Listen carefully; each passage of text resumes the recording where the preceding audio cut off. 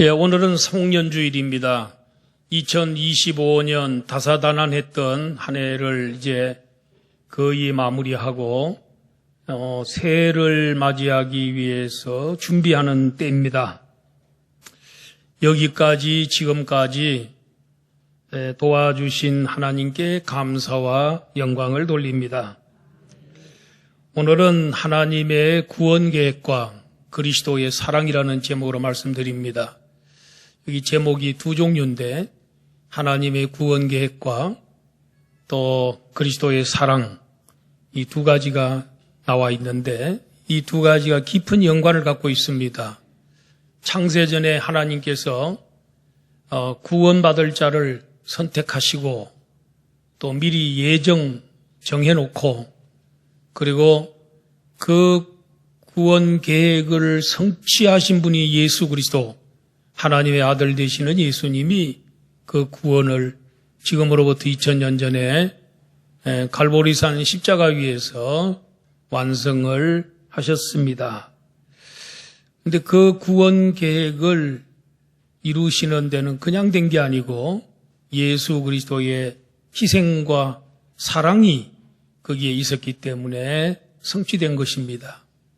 오늘 본문에 보면 예수님의 사랑은 넓고 길고 그리고 높고 깊다 하면서 그리스도의 사랑에 대해서 설명을 해주고 있습니다.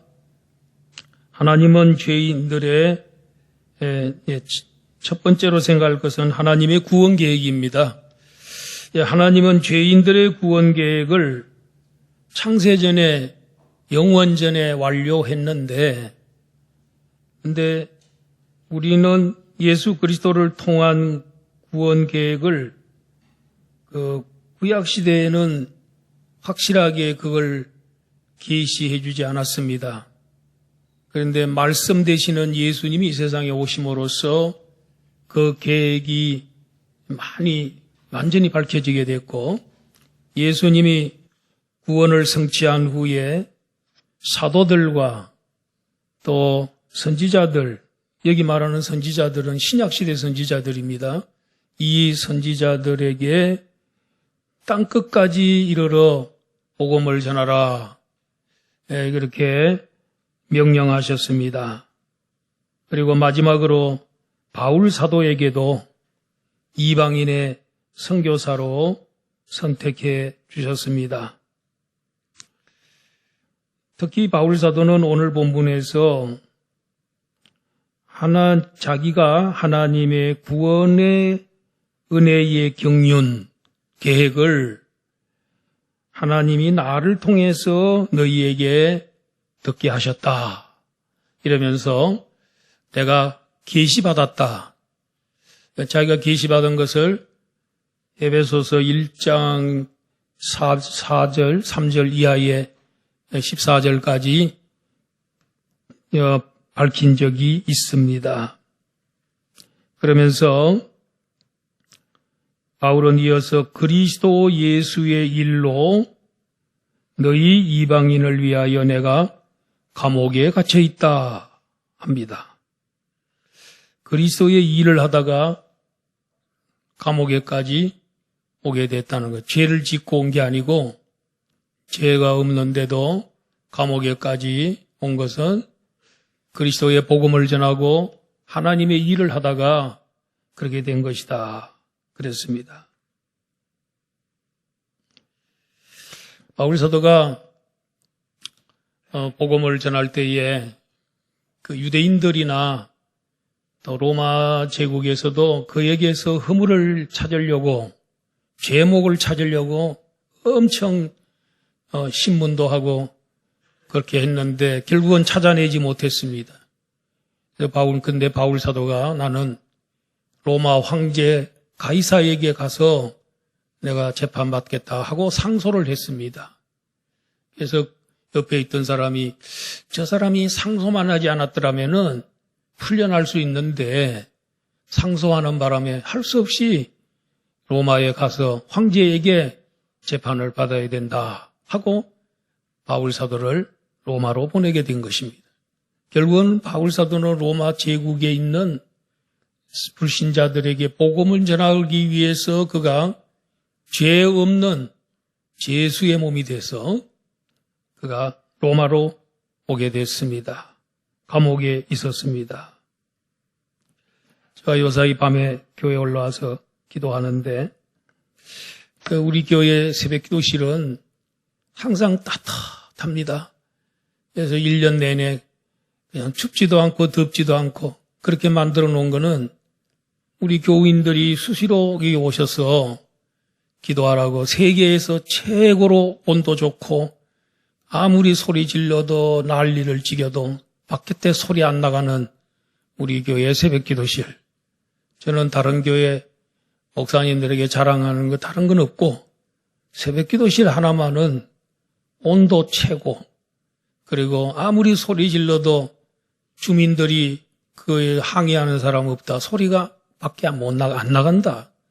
그래서 새벽 기도실을 굉장히 제가 자랑하는데 올라와 보면은 밤에 이렇게 올라와도 온도가 탁 맞고 춥지도 덥지도 않고 좋아요. 그런데 바울 사도는 로마의 감옥에 있으면서 얼마나 추웠을까.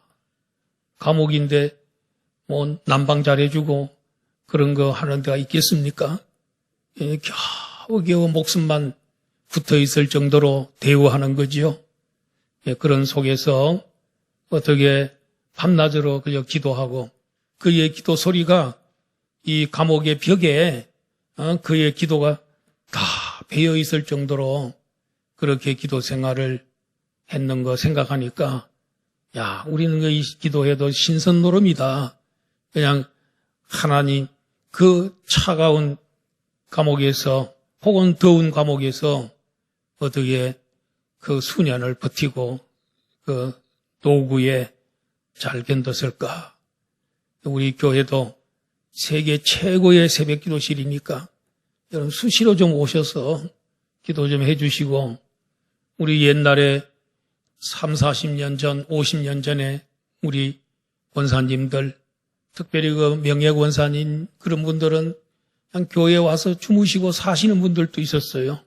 그러면서 밤새도록 기도하고 새벽 기도하고 그래 집에 갔다가 또 저녁에 또 오시고 이런 분들이 많았는데 이렇게 바울 사도는 너희들 때문에 에베소 교인 너희들 때문에 내가 감옥에 갇혀 있는 것이다. 죄가 있어서가 아닙니다. 죄 없는데도 복음을 전하기 위해서 로마로 오기 위해서 상소를 하게 된 것입니다. 예수의 일로 인하여 감옥에까지 왔다. 성도 여러분은 지난 한 해 동안에 예수님 일로 인해서 어떤 고생을 했습니까? 어떤 손해를 봤습니까? 어떤 오해를 받았습니까? 어떤 여러분들에게 억울한 일, 슬픈 일이 있었습니까? 정말 바울 그야말로 감옥에까지 죄 없는 사람이 와가지고 하는 그런 모습을 보면서 우리가 당하는 것은 아무것도 아니다 하는 생각을 합니다. 창세전에 선택받기로 예정된 사람이 구원을 받으려면 예수 그리스도의 십자가의 복음과 부활의 복음을 믿어야 그 순간에 예수님 믿게 되고 또 하나님의 구원의 선물을 받게 됩니다. 바울은 복음을 이방 세계에 전하기 위하여 여기까지 오게 된 것입니다. 주님께서 바울 사도에게 복음의 비밀을 계시해 주셨습니다. 그게 바로 에베소 1장 3절에서 14절에 있습니다. 구약시대에는 하나님의 구원 계획 비밀이 거의 확실하게 전달되지 않았습니다. 나타내지 않았습니다. 계시되지 않았습니다. 그런데 예수님이 계시하셨고 예수님이 십자가 지고 부활하신 다음에 성천하시기 직전에는 제자들과 사도들과 신약시대 선지자들에게 그 하나님 계시의 말씀을 증거해 주었던 것입니다. 사도들과 신약지대의 선지자들이 전해준 복음으로 말미암아 이방인들도 그리스도 예수 안에서 세 가지 복을 받게 됐습니다. 첫째, 함께 상속자가 됐습니다. 하나님의 재산, 하나님이 가지고 있는 그 모든 것을 상속받을 수 있는 권리를 이방인마저도 예수 믿기만 하면 이방인들도 상속권을 소유하게 된 것입니다. 영생과 천국을 선물로 유산받게 되었습니다. 요한복음 1장 12절에 영접하는 자고 그 이름을 믿는 자들에게는 하나님의 자녀가 되는 권세를 주셨다. 누구든지 예수 영접하고 믿는 자는 하나님 자녀가 되는 권세가 주어진 그 권세 가진 자가 하나님의 상속자가 되는 것이지요. 두 번째로는 함께 지체가 되었다 그랬습니다. 그것은 예수 그리스도와 한 몸이 됐다는 것입니다. 우리 예수님 믿는 순간에 우리가 예수 그리스도의 몸의 지체로 달라붙는 것입니다. 그리고 우리 그 몸의 머리는 예수 그리스도, 그 교회의 주인은 하나님, 그리고 우리 성도들은 다 그 몸에 붙어있는 지체가 되는 것입니다. 우리 모두는 한 몸입니다. 우리는 한 몸이기 때문에 서로 아껴야 되고 서로 상처 주면 안 되고 서로 격려해야 되고 그렇게 한 몸이니까요. 그리고 세 번째로는 약속에 참여하게 된다. 주님이 우리에게 주시기로 약속해 놓은 것들이 성경에 얼마나 많이 있습니까? 우리가 받은 것도 있지만 받지 않은 것들도 너무너무 많이 있습니다. 그 모든 것들을 우리에게 다 이렇게 주시겠다. 약속에 참여하는 자가 돼. 우리는 지금 받은 것보다는 아직도 받지 않은 것 이후에 죽음 이후에 우리가 누리는 것들이 더 크고 많습니다.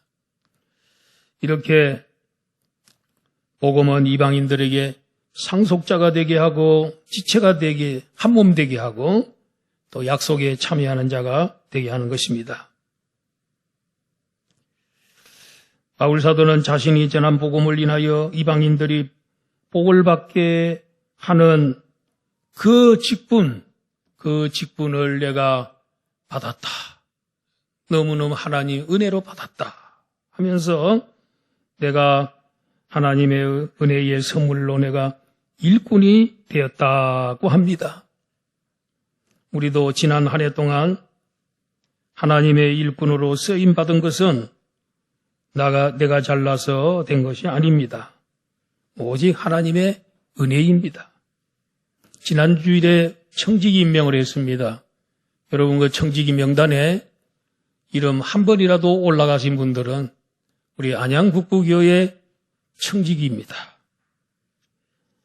그 직분대로 충성하시기를 바랍니다. 우리 하나님께서 복 주시려고 일시키는 겁니다. 은혜로 직분 받고 잘하면 말할 수 없는 복을 주고 바울은 말합니다. 모든 성도 중에 지극히 작은 자보다 더 작은 나에게 이 은혜를 주신 것은 청량할 수 없는 그리스도의 풍성함을 이방인에게 전하게 하려고 하셨다. 이방인이 하나님의 풍성한 복을 받는 비결은 복음 전하는 것, 우리가 예수 그리스도를 그들에게 소개해 주는 것, 이겁니다. 우리가 그들에게 줄 것도 사실 없습니다. 그런데 복음은 우리에게 풍성합니다.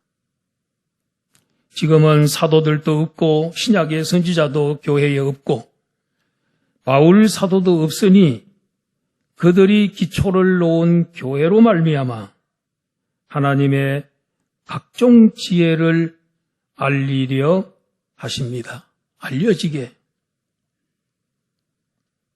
교회와 우리가 이 세상에서 계시의 이제는 선포자가 되고 복음의 전파자요 세상의 중심이요 구원의 공동체가 된 것입니다. 오늘 송년주의를 맞이하여 교회가 그동안에 복음을 전하지 못한 거, 내가 하나님 앞에 전도하지 못한 거 깊이 뉘우치고 반성하시고, 무엇 때문에 전도 안 한다 핑계대지 마시고, 복음은 우리 주님의 명령이고 구원받은 우리들에게 주시는 은사요 사명이기 때문에 누구나 다 전도해야 하는 것입니다. 게을렀던 모든 것, 불순종했던 것 다 회개하시기를 바랍니다. 하나님은 영원한 구원 계획을 예수 그리스도를 통해 성취하셨습니다. 지금은 교회가, 바로 우리가 하나님의 구원의 계획을 공포하고 선포해야 하는 것입니다. 12절에 보니까 예수 그리스도를 믿음으로 말미암아 담대함과 확신을 가지고 하나님께 나아감을 얻는다고 했습니다. 우리는 담대히 확신에 차서 끄리낌 없이 하나님 앞에 나가야 합니다. 우리의 연약함이나 부족함과 허물과 죄 때문에 담대하지 못하고 주저하고 자꾸 끄려 하는 것은 믿음의 태도가 아닙니다. 바울 사도는 13절에서 에베소 교인들을 향하여 너희를 위한 나의 여러 환난에 대하여 낙심하지 말라. 이는 너희의 영광이니라. 여러분, 이 바울 사도가 감옥에 들어가 있는 게 에베소 교인 너희들에게 유익한 것이고 영광이다. 이해가 됩니까? 그런데 하나님의 하시는 일은 우리가 다 해석할 수 없고 이해할 수 없어요.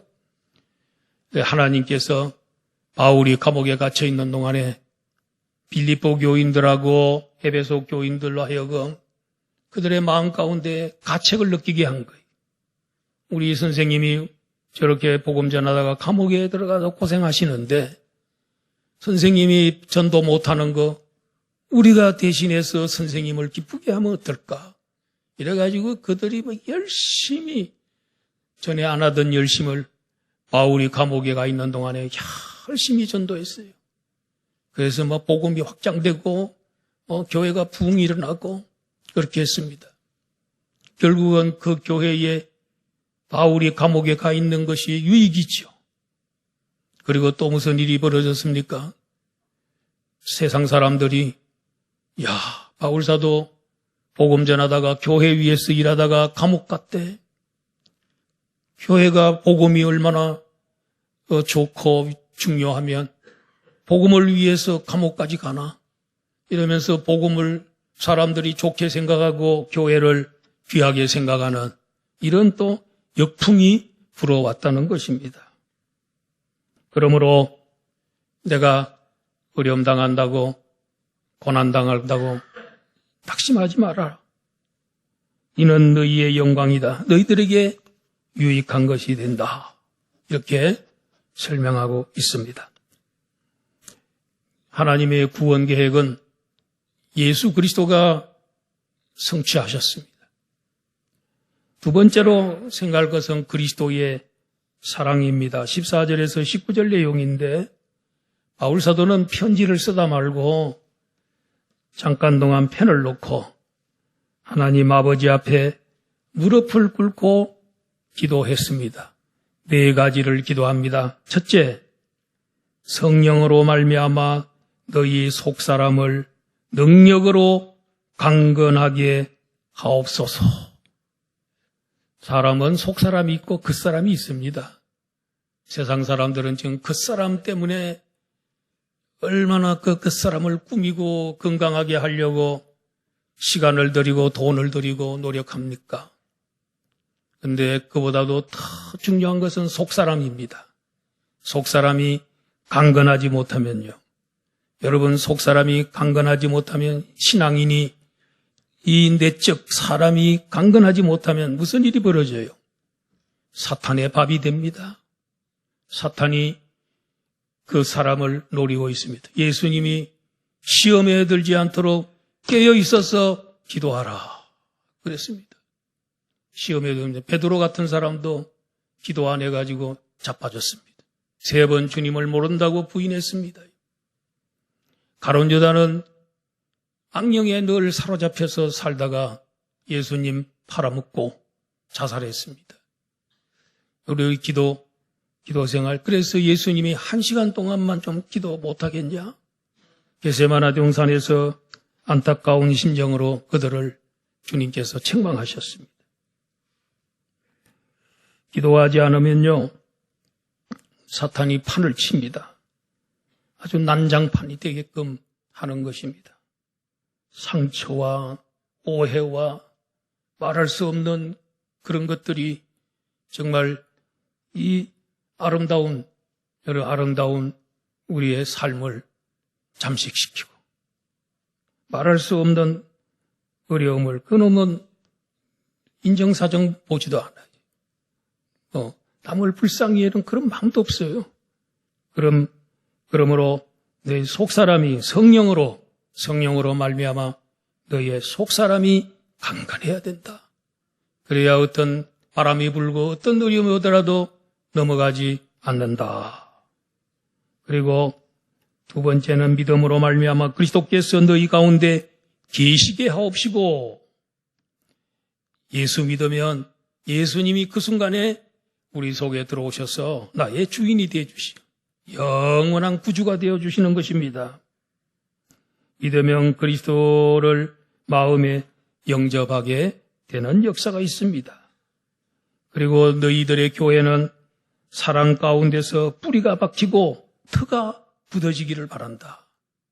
교회가 이 사랑이 없고, 사랑이 기반이 약하고 기초가 없고, 그러면 이 교회가 조금만 어려움이 있어도 사랑은 다 어디 가고 없고, 미움과 그 질투와 이런 것들로 그덕 싸움판이 되고, 교회가 싸움판이 되어버리고 말 수 있습니다.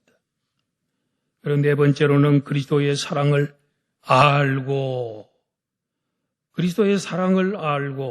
하나님의 모든 충만하신 것으로 충만하게 하시기를 구한다. 그리스도의 사랑을 19절이 잘 얘기해 주고 있습니다. 여러분, 예수 그리스도의 사랑은 19절이 그리스도의 사랑을 잘 표현하고 있어요. 그 너비와 길이와 높이와 깊이가 어떠함을 깨달아 하나님의 모든 충만하신 것으로 너희에게 충만하게 하시기를 구하노라. 그래. 예수 그리스도의 사랑은 넓이가 어느 정도일까요? 예수 그리스도의 사랑은 굉장히 넓습니다. 동양과 서양인, 그리고 이 지구에 있는 모든 사람, 생물, 동물, 할 것 없이 모든 땅, 그리고 우주, 이 넓은 우주까지 다 붙잡고 계시고 사랑하시고 보호해 주시는 그리스도의 사랑. 할렐루야. 그리스도의 사랑이 얼마나 넓은지 모릅니다. 광활합니다. 두 번째로는 그 사랑의 길이가 얼마나 길까요? 영원 무궁. 궁자는 끝궁자입니다. 끝이 없는 그런 길이가 앞으로 1억 년이 지나도 2억 년이 되어도 여러분 그리스도의 사랑은 불변합니다. 나를 향한 사랑, 그건 변함이 없습니다. 예수 그리스도의 사랑의 길이 있죠? 그리스도의 사랑은 얼마나 높을까? 여러분 우리 죄인들이고 보잘것없는 그냥 아무것도 내세울 것도 없는 추한 우리들을 어느 정도로 우리를 끌어올렸습니까? 최고로 높은 자리, 예수 하나님 보좌 우편에 그 자리에 우리를 앉히시니, 에베소서 2장에 보면 우리가 예수 믿게 되면 예수님 그 하늘 보좌 우편에 올라가실 때 우리도 같이 올라갔다는 거예요. 거기에 더 이상 높은 자리가 없어요. 거기에 우리가 앉혀 있다는 거예요. 예, 우리 대단한 거죠? 그 그리스도의 사랑은 그렇게 높은 거예요. 그리스도의 사랑의 깊이, 예수 우리가 죄와 허물로 지옥 형벌을 받고 죄와 허물로 죽어 있었어요, 우리는. 그런데 예수님이 세상에 오셔서 지옥 형벌을 받고 형벌받고 있는, 저주받고 있는 우리들을 찾아오셔서 우리를 거기에서 끌어올려서 오늘 교회의 교인이 되게 하시고 장차 하나님 보좌, 우리 하나님 나라에 올리시는 줄로 믿습니다. 얼마나 깊은 사랑이세요. 그러므로 우리들도 예수님의 이 사랑처럼 사랑을 입었으니까 우리도 남을 좀 그렇게 사랑해야 되지 않겠습니까? 모든 것을 덮어주고 모든 것을 이해해주고, 예? 그리고 그 모든 것들을 다 파헤치고 그런 것보다는 더 사랑은 허다한 죄를 덮느니라. 덮어주고. 내가 하나님 주님이 나의 허물을 그렇게 덮어주는 사랑으로 사랑했기 때문에 그런 거지요. 이렇게 된 사람이면 그럼 우리는 성부 하나님의 구원 계획과 그리스도의 사랑을 누리는 우리들에게 특권이 주어졌어요. 그 무슨 특권이냐면 그게 바로 20절입니다. 20절 하나님 우리 가운데서 능력으로 역사하셔서 우리가 구하거나 생각하는 모든 것에 더 넘치도록 하신다는 거예요. 교회 안에서나 그리스도 예수 안에서 영광이 대대로 무궁하기를 원한다. 우리 보고 이렇게 구원 은총 있고 복을 받았으니까 이제 기도하면 하나님께서 능력으로 역사하셔서 모든 것에 더 넘치도록 해주겠다. 내가 했는 기도 양 그것만 응답해 주는 게 아니고 정말 넘치도록 상상도 할 수 없는 그런 복을 주겠다. 내가 그걸 보장하겠다고 하나님이 말씀하시는 겁니다. 그리고 어떤 데는 기도 안 하고 생각만 해도 좋은 생각만 가지고 있어도 그런 소원만 가지고 있어도 그걸 보시고 축복해 주시겠다는 거예요. 우리 하나님은 왜 그렇게 축복해 주냐 그랬더니 하나님은 역사하시는 하나님. 우리 하나님은 일하시는 하나님입니다. 우리 하나님 게을르지 않아요. 우리 하나님께서 그냥 명령만 하시는 게 아니에요. 하나님은 주무시지도 않고 졸지도 아니하시고 밤에도 우리를 지켜주시는 그 부지런하신 하나님이 열심히 있는 하나님이 일하고 계시기 때문에 오늘 우리는 기도하라는 거예요. 좋은 생각 좀 하라는 겁니다. 그리고 우리가 구하는 것을 이루실 수 있는 분이십니다. 왜냐하면 그는 기도를 듣고 반드시 응답하겠다고 약속했기 때문에 다 이루어 주시는 거예요. 그는 우리가 구하는 것이나 생각하는 것을 이루어지게 하실 수 있어요. 왜냐하면 그는 우리의 심중을 헤아리시기 때문입니다. 때로는 우리의 심중을 너무너무 잘 알고 그냥 기도 한마디만 해도 다 알고 여러분 생각만 하고 있어도 다 아시는 하나님께서 응답 주실 줄로 믿습니다. 구하는 것이나 생각하는 것을 넘치도록 이루실 수 있었습니다. 왜냐하면 그의 기대는 우리의 기대보다 높기 때문에 그렇다는 것입니다. 구하는 것이나 생각하는 것보다 훨씬 풍성하게 이루실 수 있습니다. 그는 자신의 은혜를 계산해서 주시지 않습니다. 그는 넘치도록 풍성하게 주시기 때문에 그렇습니다. 여러분, 오해하지 말고 들으시기 바랍니다. 어떤 성도님은 우리 이제 원로 추대하고 이런 거 있는데 사실은 이 원로 목사 추대에는 예우가 따르잖아요. 예우가 따라요. 그런데 부담스러워하는 분들, 걱정하는 분들 참 많죠. 그분이 우리 300명 교인이 한 달에 10,000원씩만 우리가 교회 사랑 건축원금 그게 이제 빚이 다 갚아지면 끝날 거거든요. 10,000원씩 한 달에 10,000원. 커피값 조금 더 보태요. 그러면 다 해결될 텐데요. 그리고 또 한 성도님은 하나님께서 내게 큰 복을 주시고 그래서 정말 11조나 이런 것들 많이 할 수 있도록만 해주시면 제가 목사님 그 월 생활비 드리는 거 제가 다 담당하겠습니다. 제가 다 담당하겠습니다. 물론 그게 하나의 소원이지만은 생각만 해도 하나님께서 채워주신다. 그렇기 때문에 다 내가 만족되는 그것이 다 이루어졌을 때 하면은 늦어요. 평생 못할 수도 있어요. 지금부터라도 조그마한 것부터라도 시작하면 우리 하나님 그걸 귀하게 보시고 축복해 주실 수도 있다는 거예요. 우리 하나님의 구원 계획을 그리고 우리 원로 목사는 생활비인데 그건 사례라 그러지는 않고 생활비라고 그럽니다. 생활하라고 주는 건데 그 기준이 후임 목사 사례의 80%입니다. 현재 담임 목사의 80%는 양이 많습니다.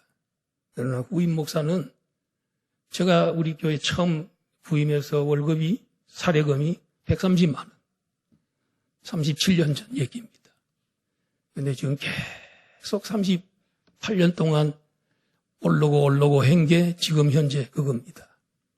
그런데 담임 목사가 처음 오면 현재 담임 목사보다는 후임이 사례금이 많이 낮게 시작됩니다. 그렇게 높게 시작되지는 않습니다. 그렇기 때문에 80% 이러니까 그 굉장해 보이는데 어떤 노예는 보니까 지금 현재 담임 목사님의 70%가 있어요. 여기 안양에 있는 중경기 노예는 70%로 돼 있는 데도 있고요. 다 기준이 총회와 노예마다 그 기준이 비슷비슷하긴 한데 달라요. 사실은 70%가 더 많아요. 현재 자신의 사례의 70%면 훨씬 부임의 80%보다 훨씬 양이 많습니다. 액수가. 네, 그런 것에 너무 우리 신경 쓰지 말고 하나님의 교회는 하나님이 이런 방법 저런 방법을 통해서 다 축복해 주시고 또 원로 목사의 먹고 사는 문제도 하나님이 다 하나님이 채워주고 해 주십니다. 그렇기 때문에 우리는 걱정할 게 없다 이런 생각이 들고요. 우리는 하나님 앞에 구원시켜 주시고 예수님 나 사랑해 주셔서 영생복락 누리게 했으니 우리 하나님 앞에 영광 돌리고 감사하는 이런 삶을 살면 되는 것입니다. 교회가 하나님께 영광 돌려야지요. 세상 사람 누가 하나님께 영광 돌리고 찬양합니까? 누가 하나님께 경배합니까? 교회가 하라는 거예요. 예수 안에 있는 자가 하라는 거예요. 오늘 우리 입으로 하나님께 영광 돌리고 감사하는 삶이 되기를 이제 올해를 마감하고 내년에 정말 영광과 찬양으로 시작하는 그런 한 해가 되기를 주의 이름으로 축원합니다. 기도하겠습니다. 자비하신 아버지 하나님,